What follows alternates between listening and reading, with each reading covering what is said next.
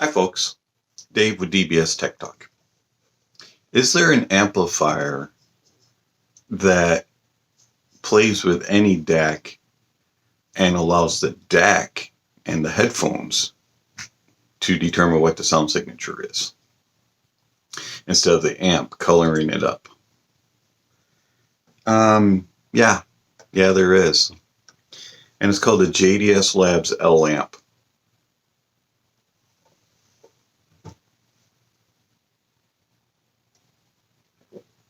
First off, I want to thank Austin for sending in the JDS Labs El Amp for review, and I do greatly appreciate that.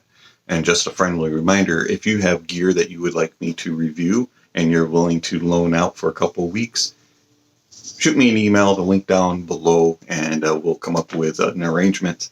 And also, if you want to do a trade, if you see something and you're wanting to give them a shot before you purchase them, send me an email and come up with some sort of agreement. And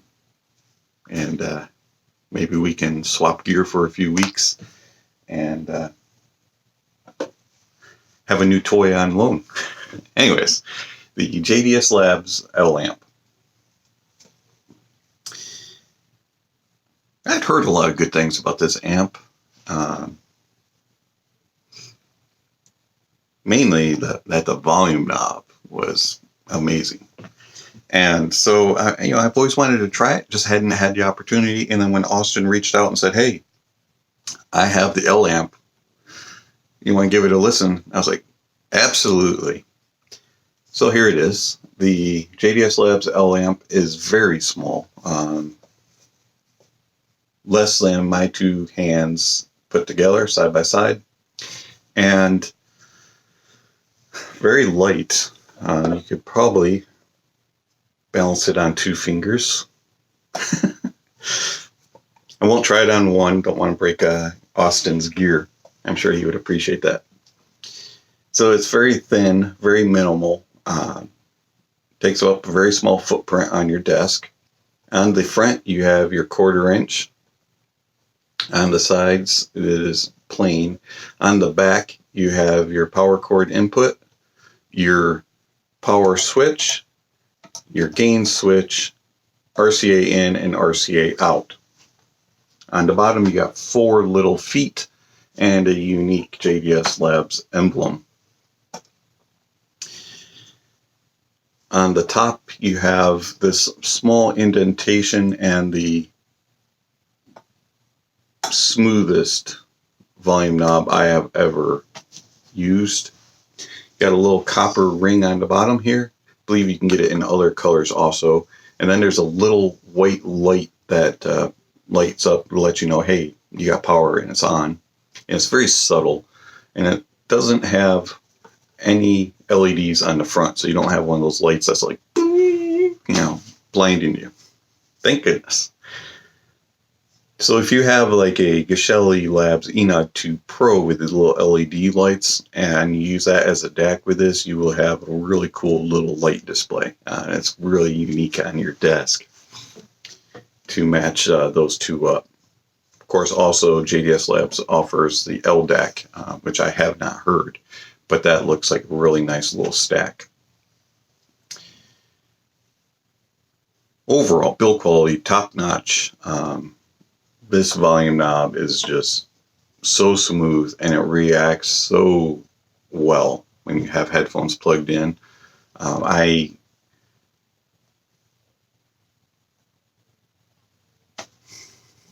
So nice. You don't have to grip something and turn it to the side. You don't have to wait for the digital to change. It's very smooth, very fast, and extremely efficient as a volume knob.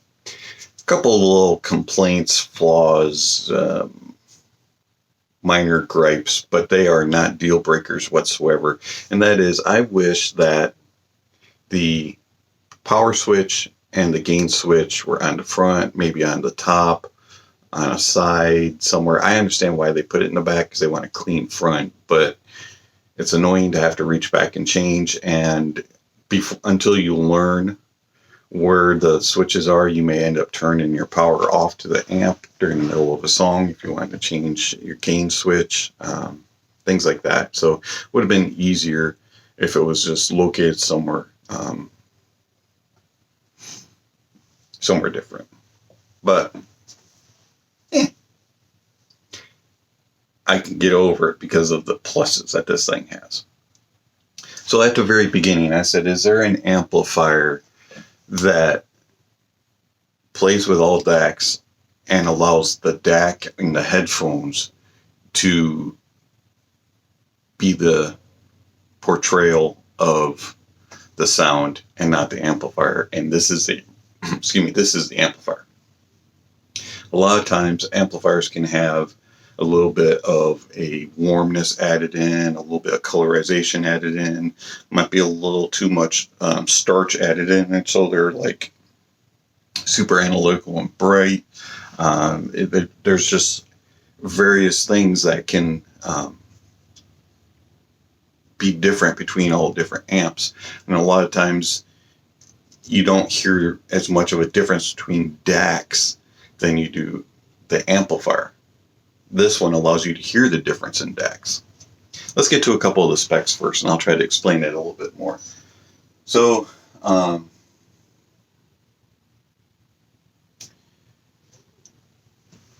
THD is 0.0009%, so extremely low.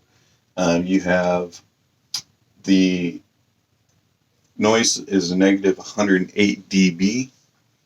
And then the channel balance is 0.56 dB, so they're pretty close. Peak output power at 32 ohms is 1.5 watts. Maximum continuous output at 32 ohms is 1.1 watts. And then maximum continuous output at 150 ohms is 505 milliwatts. And then maximum continuous output at 600 ohms is 140 milliwatts. So it's not the most powerful amplifier, but it's powerful enough for the majority of headphones.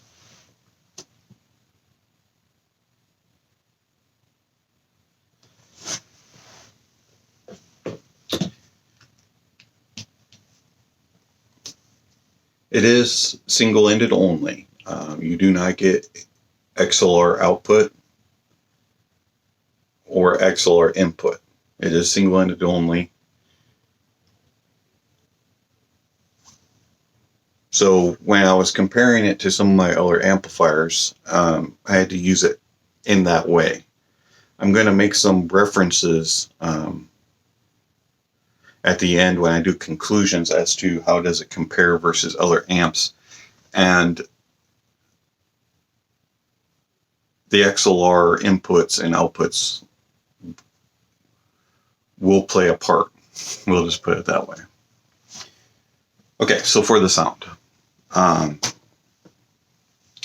For me, I have the APPJ PA1502A tube amplifier.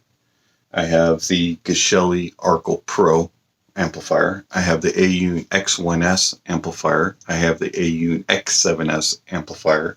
And I have the Cavelli Tube Hybrid and the Cavelli Liquid Carbon X amplifiers. And then I also have the Monoprice Monolith THX AAA 788 amplifier. So I have a lot of amplifiers. And when you listen to all of them,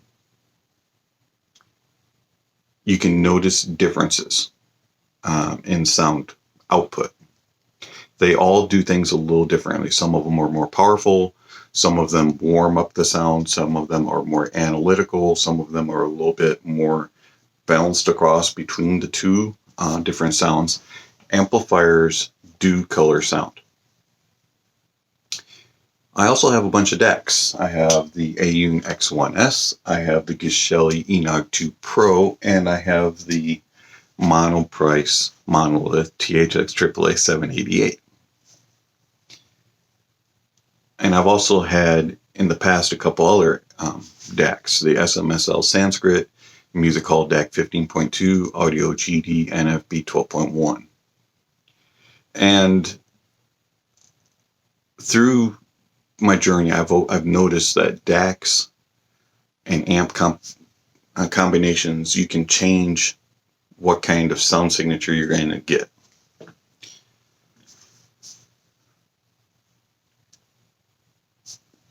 The JDS Labs El Amp is the first DAC, amp, not DAC, that does not change or colorize sound at all that I've come across. This thing is pure, clean, exactly to whatever the input signal is giving it.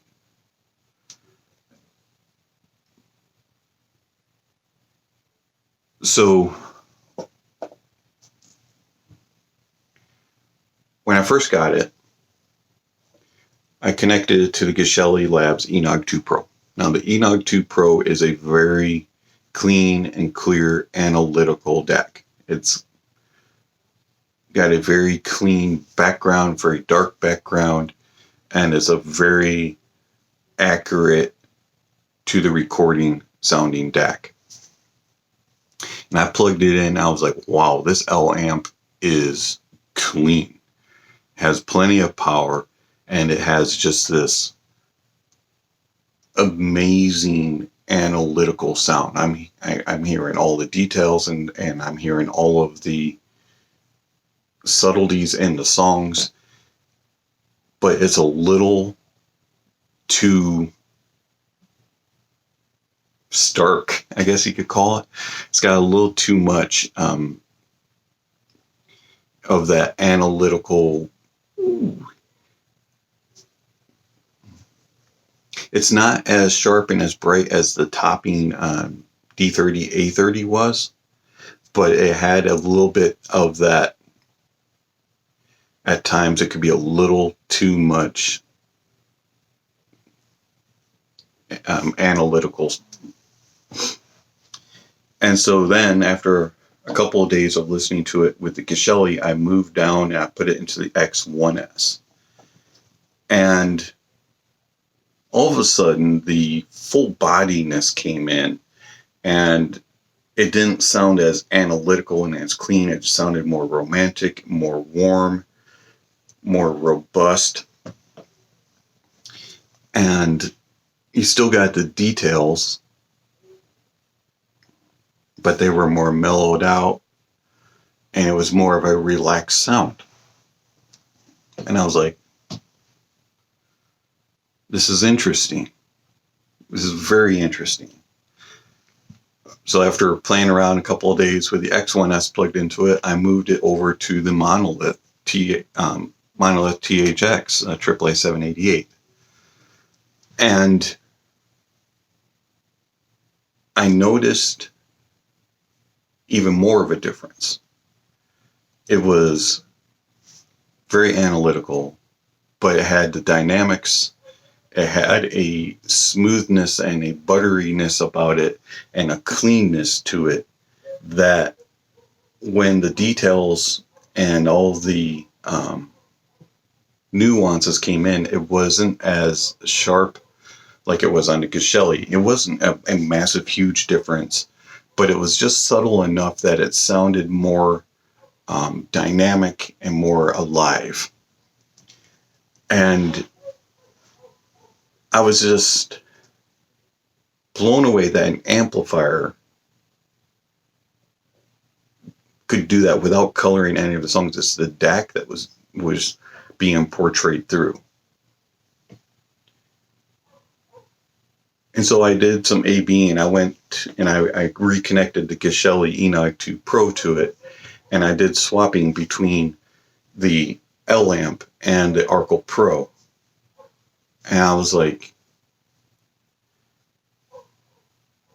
minus the differences in amplifier part, like power wise, they sound the same.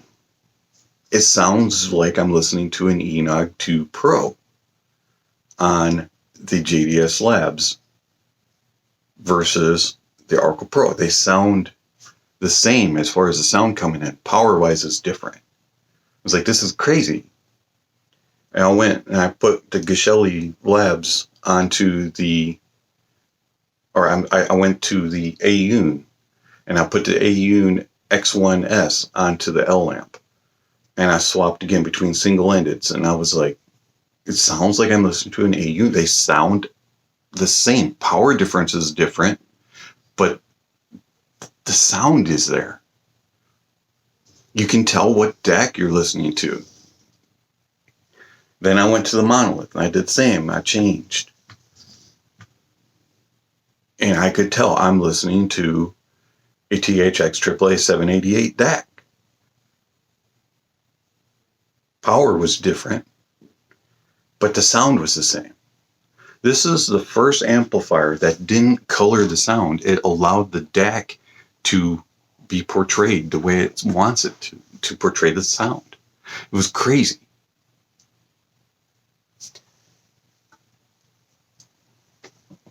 How's it compared to other amps that I have? The Geshelli. The Arkel Pro, a very clean, very powerful little amplifier. Does have the weird quirk with the gain switches. You have to use the output impedances from the amp from the DAC, and so it does struggle sometimes with certain headphones and impedance. But as far as sound wise, sounds great. Power wise, it's a little easier to match with the L Amp various headphones just because of the impedance thing with the Arkel. Going over to the Cavellis, the CTH, power wise, they're about the same. The sound is definitely changed with the CTH. You get that 2B mix, a little bit more girth into the from the CTH, and then you get a unique dynamics with the sound stage and all of that. But power wise, they're about equal. You go to the Liquid Carbon X, that DAC, or excuse me, that amp does have a slight, just a little bit of a warm tint to it, which gives it a nice full bodiness and gives it a just enough to make it not sound too starchy and too boring as a solid state. But it has about almost double the power of the L Amp, and so you're able to drive a lot different headphones. The Audiophile X7S, I did not get to test as that is being loaned out. The X1S, you get that warmer sound that the Audiophiles are known for, has a more full body sound. Power wise is not as powerful as the L Amp. All these tests were done on single-ended, by the way. And then the Monolith Monoprice THX AAA 788, more power, and that one it has more subtleness into the sound. You get a bigger sound stage, you get more dynamics, you have cleaner details, and you have it has a better just overall presentation. Sounds a little more crisp, a little bit more airiness to it.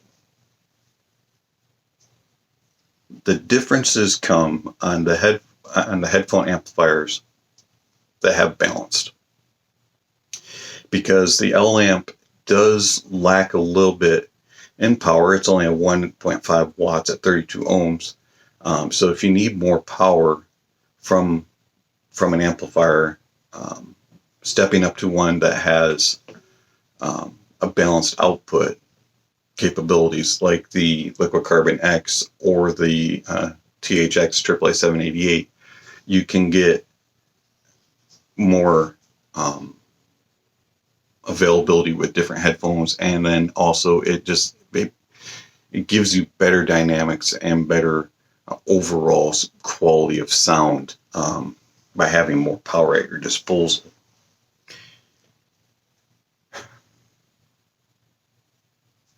But on single-ended, this thing, it's hard to beat it on single-ended. Liquid Carbon X might have more power, but the single-ended is not the greatest on the Liquid Carbon X, and Cavelli and Mastrop even say that in the manual. It's kind of funny. Use this balanced. The single-ended is there for convenience only. So it's not really a fair fight between these two. The L amp is astonishingly good as a single-ended amplifier. If you don't need balanced, or you don't want to take the step up, or you don't want to future-proof your system and go for balanced, I would say L amp is a fantastic amplifier. Plenty of power for most needs, and it doesn't color the sound whatsoever. And it plays with all majority of headphones.